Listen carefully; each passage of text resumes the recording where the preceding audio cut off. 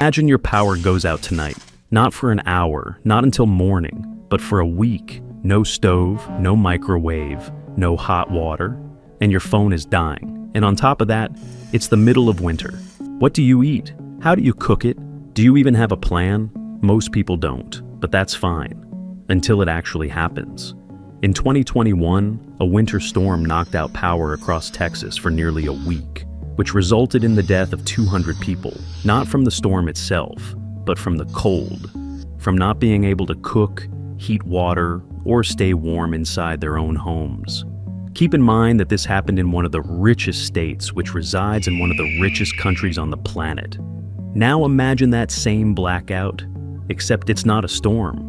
It's deliberately someone targeting your power grid on purpose, for 3 years straight. That's not a hypothetical. That's happening right now in Ukraine. But before that, it happened in Vietnam. And even before that, it happened in World War II. So the people who survived all three figured out how to cook without kitchens in war zones. Some of their methods are brilliant, but some are disgusting. A few involve actual plastic explosives. But almost every single one of them could save your life if things ever go sideways where you live. Section 1. They ate the walls. September 1941. The German army surrounds Leningrad and cuts it off from the rest of the Soviet Union. No food gets in, no supplies, nothing. For about 872 days, which is nearly 2.5 years. And within weeks, all the city's food warehouses were bombed and burned. What little bread the bakeries could still produce was stretched with sawdust and cellulose. Therefore, a civilian's daily ration dropped to 125 grams. That's literally 2 slices for the entire day. So, how do you cook when there's nothing left to cook? The solution is simple. You have to redefine what food is. Leningrad civilians scraped wallpaper paste off their walls, which is made from potato starch, but then boiled it into soap. They even boiled leather belts and shoe soles for hours until they softened into a kind of jelly. Some workers found 2,000 tons of sheep intestines abandoned in the city's seaport and pressed them into a crude meatloaf. The smell was unbearable, but people ate it anyway. But while civilians were eating walls, the city's scientists who were starving themselves worked to extract vitamin C from pine needles and tobacco dust. Therefore, pine needle tea became a standard anti-scurvy measure across the city. It tasted horrible, but it kept people alive. That's the trade-off in a siege. Nothing tastes good, but everything has a purpose. By summer 1943, every open space in Leningrad, parks, courtyards, the grounds of bombed-out buildings, was turned into a vegetable garden. People who had never grown anything were farming potatoes between artillery craters. And it worked. Rations improved. People survived in larger numbers. But fire itself was a problem. When the power grid collapsed, fuel vanished. So the civilians burned furniture, then books, then floorboards ripped from abandoned apartments. Every meal cost something permanent. You ate tonight, but your bookshelf was gone forever. But Leningrad was just the beginning. Because 20 years later, on the other side of the planet, a completely different war produced a completely different set of food hacks. And one of them involved actual plastic explosives. Section 2. Plastic explosives for dinner. Vietnam was nothing like a siege, because American soldiers had supply chains. They had rations. But what they didn't have was a kitchen, a stove, or any reasonable way to heat food while being shot at in 100-degree jungle heat.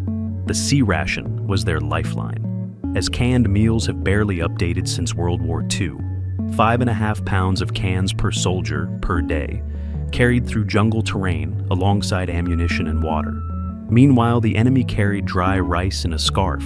The difference in logistics was almost embarrassing, but the army never issued a portable stove, not once in 10 years of war. So, soldiers built their own. The C-Rat Boonie stove was made from a single empty ration can. At first, they punch a ring of holes around the top and bottom with a church key, then drop a trioxane heat tablet inside. That was their stove. Millions of soldiers use this exact setup every single day. But trioxane tabs were slow, and the fumes burned their eyes. So soldiers discovered something better, which is C4 plastic explosive. It's a small pinch, which is about the size of a marble, burned incredibly hot and fast. You could heat a meal in under a minute.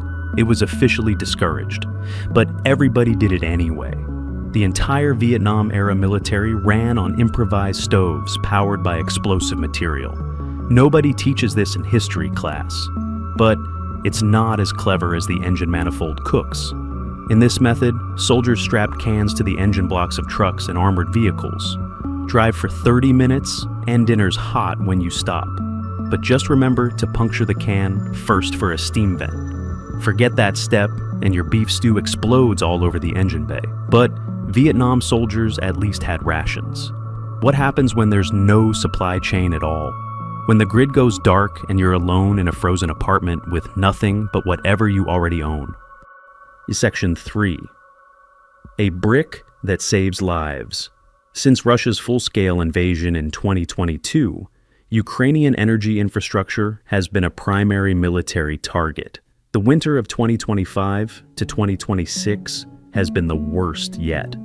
In January alone, Russia launched over 4,500 drones and missiles into Ukraine. Rolling blackouts lasting 12 to 18 hours are the norm. In some areas, power disappears for days. Meanwhile, when your power goes out in Dallas or Manchester, it's an inconvenience. But in Ukraine, at -14, you have hours before your apartment drops to a temperature that can cause hypothermia. And this repeats every few days, all winter long. So, Ukrainians adapted, but what they came up with is a masterclass in civilian improvisation. The brick trick is the most widely used. If your gas line still works but electricity is dead, which is common since they're separate systems, you place construction bricks directly on your gas burner. Heat them for 30 minutes. Pull them off. Those bricks radiate, stored heat for up to 2 hours. Same thermal mass principle humans have used for thousands of years. Except now, it's being used in a 6th-floor apartment because a missile hit the power station last night. But people without gas use candle heaters. This is a method in which bricks are stacked on a small barbecue grill with tea candles underneath. This may be slower and less effective, but it raises room temperature by a few critical degrees. The difference between 2 degrees Celsius and 6 degrees Celsius indoors doesn't sound like much, but when you're sleeping in it, it's everything. Portable camping stoves have become essential survival gear. Stores that sold them casually before the war now have empty shelves. Thermoses have become one of the most valuable household items in the country. Fill one with boiling water while you have power, and that hot water is your tea, your cooking liquid, and your hand warmer for the next 12 hours. Even wood-burning stoves are making a massive comeback. Organizations across Europe have shipped tens of thousands into Ukraine recently. They cost around $150 each, which burn wood or scrap and provide both heat and a cooking surface. For families near the front lines, places where occupation left no gas, no electricity, no running water, these stoves are the difference between life and death. But here's the part that should bother you. None of these methods require anything fancy, just bricks, candles, a thermos, or a camping stove. Things most of us already own or could buy for under $50. But almost nobody has a plan for what to do if their power goes out for a week. Section 4. The pattern. Nobody notices. A grandmother in Leningrad scraping paste off her walls, or a 19-year-old in Vietnam heating rations with plastic explosives, or a teacher in Ukraine putting bricks on a gas burner. None of them had training, none of them had a survival kit. They were ordinary people in extraordinary situations who figured it out because they had to. But every single time, the solution shared 3 traits. They used heat sources already present: burning furniture, fuel tabs from ration kits, gas lines that still worked. Nobody invented new energy.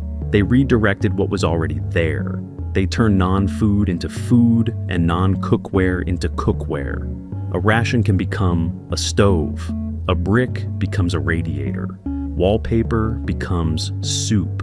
And the knowledge spread sideways. Not from governments, not from manuals, but person to person. Leningrad survivors shared tips through radio broadcasts.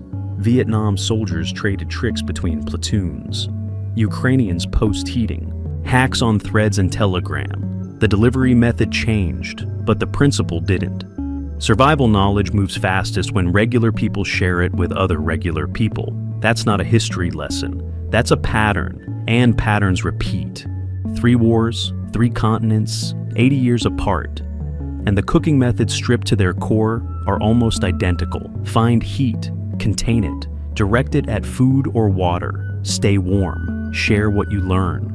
The people in this video didn't survive because they were tough, although they were. They survived because they were resourceful. When the kitchen disappeared, they looked at what they had: a can, a brick, a belt, a pine tree, and saw what no one else saw: a meal, a warm room, just another Tuesday. If this taught you something, subscribe, because this kind of knowledge shouldn't only exist in war zones. And if you've got a camping stove in your garage that you haven't touched since last summer, maybe charge the lighter, just in case.